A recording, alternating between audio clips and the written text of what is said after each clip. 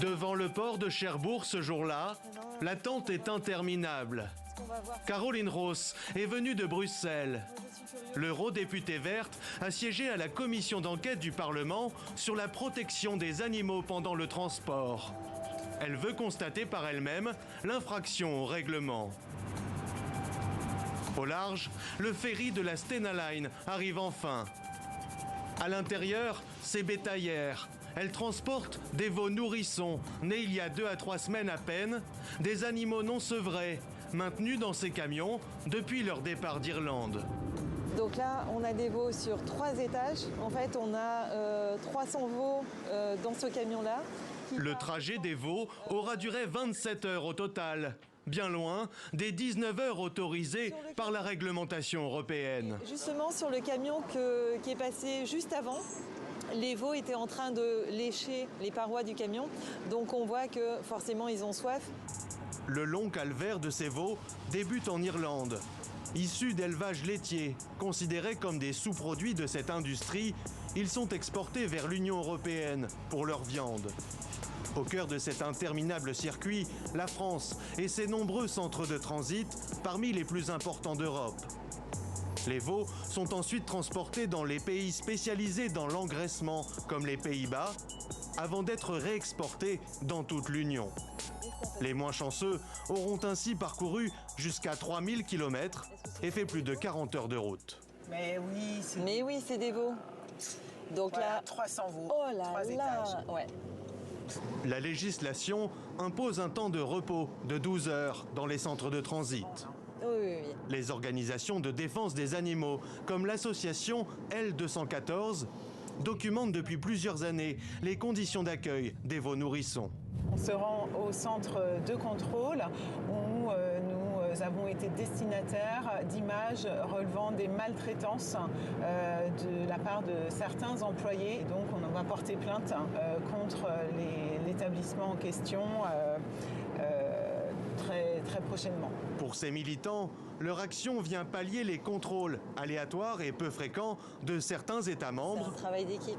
Par lesquels transitent les animaux. Moi, j'ai besoin des lanceurs d'alerte, j'ai besoin des associations, des ONG comme L214, comme d'autres ONG avec qui je travaille aussi, pour justement faire remonter ces infractions. Parce que si on ne voit pas ce qui se passe sur le terrain, nous, on est sur une bulle à Bruxelles, et en fait, si on n'arrive pas à faire remonter ces informations, on n'arrivera pas à faire changer les choses. C'est là, à droite. Ah bah la gendarmerie est là. Oui. Ah ben voilà. L'arrivée sur le site de transit est tendue. Leur paillage inchangé, malade pour certains, les veaux vont être enfin déchargés. Quant à la visite inopinée de la députée européenne, elle n'est pas du goût des employés du site. Association L214 et l'eurodéputé qui doit accéder au lieu. Attendez, excusez-moi, je suis députée européenne et comme c'est un centre agréé européen, j'avais demandé l'accès, on m'avait dit, les renseignements généraux m'ont dit oui, que je pouvais y accéder. Si, je vais demander. Et le responsable, il est où? Je ne passerai pas. Oui, bonjour. Là, j'ai eu le patron qui m'a autorisé à y aller avec ma collègue Rania Hazekamp, qui est ici. Caroline Roos et sa collègue néerlandaise ne sont pas là par hasard.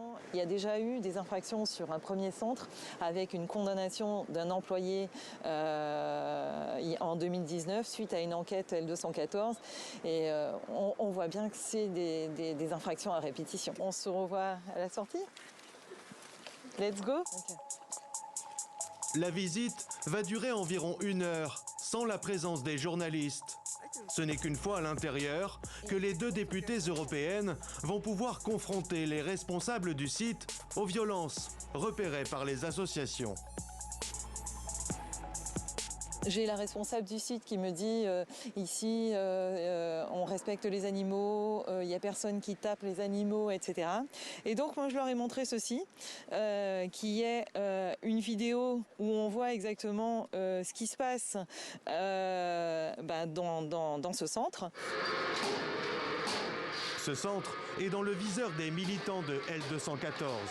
Ces images qu'ils ont obtenues illustrent la maltraitance récurrente selon les militants. Elles donnent à voir aussi l'envers du décor de l'industrie laitière et de sa filière bovine. Une maltraitance qui échappe aux consommateurs, mais aussi aux autorités de contrôle. Et donc la personne m'a dit, je vais utiliser ces mots, je suis choquée, je suis sur le cul. Et le vétérinaire a dit, il faut savoir absolument comment ça peut se passer ici et virer la personne qui a fait ça. Voilà, ça a été juste leurs mots, ils avaient l'air surpris, mais voilà. Oui, non. Joint par téléphone, le propriétaire du centre de transit se dit lui aussi surpris. Ouais. Okay. Si vraiment il y a de la maltraitance, alors là je suis...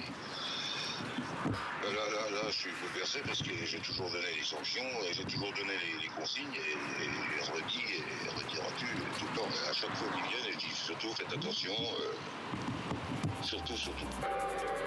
Ce jour-là, un vétérinaire était bien présent sur site, mais pas les services de la Direction départementale de la protection des populations, la DDPP, qui s'y rendra finalement le lendemain. Une partie des veaux seulement sont repartis à l'aube pour plus de 10 heures de trajet, direction les Pays-Bas notamment. Caroline Roos et Anja Hazekamp, elles, sont retournées à Bruxelles. Avec leurs collègues, elles entendent bien peser sur la révision de la législation en matière de transport des animaux, prévue à partir de septembre prochain.